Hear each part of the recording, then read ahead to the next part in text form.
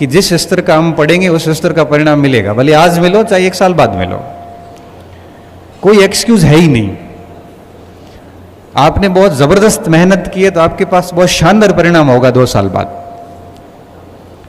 अगर आप मेहनत के नाम पे, केवल पढ़ाई के नाम पे अगर ढोंग कर रहे हैं तो रिजल्ट कभी नहीं मिलेगा, भले आप 20 साल किताब लेके बैठे रहो। पढ़ाई न्याय करती है। और मैंने देखा है कि जिस बच्चे ने बहुत ढंग से पढ़ा है, ढंग से पढ़ने का क्या मतलब होता है?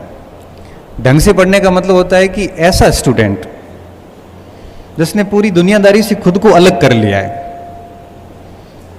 जिसको लगा है कि अपनी मुक्ति केवल इन पुस्तकों में ही संभव है, जिसने अपने पुस्तकों को, अपनी अध्ययन सामग्री को अपना जीवन मान लिया है,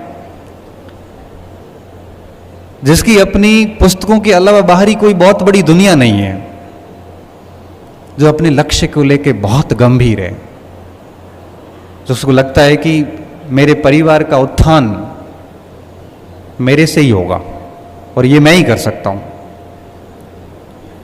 ये बड़े सीरियस स्टूडेंट होते हैं, ये बड़े गंभीर विद्यार्थी होते हैं, और ऐसे विद्यार्थियों को मैंने कभी भी असफल होते हुए नहीं देखा। जिसने खुद को 3 साल का समय दिया है, कहते हैं कि कोई भी बिजनेस हो या कोई भी लक्ष्य हो, निरंतर 1000 दिन का समय मांगता है। 1000 दिन का टाइम मांगता है कोई भी टारगेट अचीव करने का। ये बड़ा सिंपल सा नियम है। कोई भी बिजनेस को भी अगर एस्टैब्लिश करना है तो आपको 1000 दिन का समय चाहिए, मतलब मोटे मोटे 3 साल चाहिए। अगर किसी व्यक्ति को कोई अधिकारी बनना, IAS बनना है, RAS बनना है या फिर प्रोफेसर बनना है, 3 साल शिद्दत से मेहनत चाहिए। अगर वो कर ली गई तो आगे का शेष जीवन जितना भी है वो बड़ा सम्मानजनक जीवन होता है।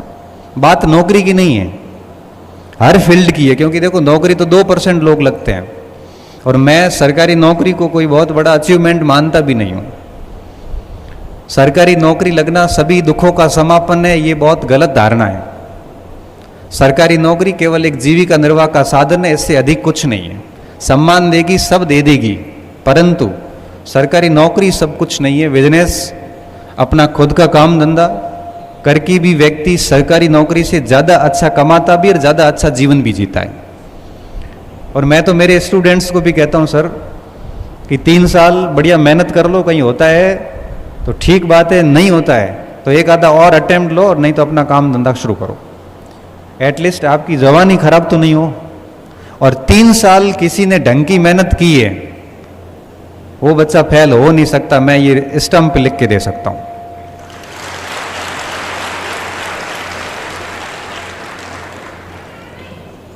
आज अपना ये सेमिनार जब समाप्त हो, उसके बाद आप काउंट करके 1000 दिन काउंट कर लेना कि आज के 1000 दिन बाद कौन सी डेट आ रही है, और उस दिन तक आप निरंतर पढ़ लेना। एक बढ़िया टारगेट बना लो, कोई भी टारगेट बना लो।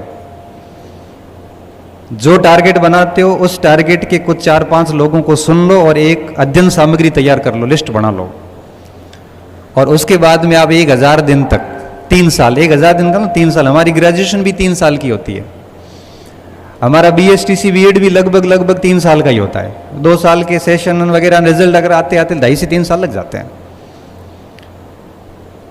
और 3 साल तक आप अपना टाइम दे दो। ऐसा नहीं कह रहा हूं कि 24 घंटे किताबों को दो, 5-6 घंटे दे दो रेगुलर, खूब होते हैं। नियमित पढ़ने वाले बच्चे के लिए 5-6 घंटे खूब होते हैं।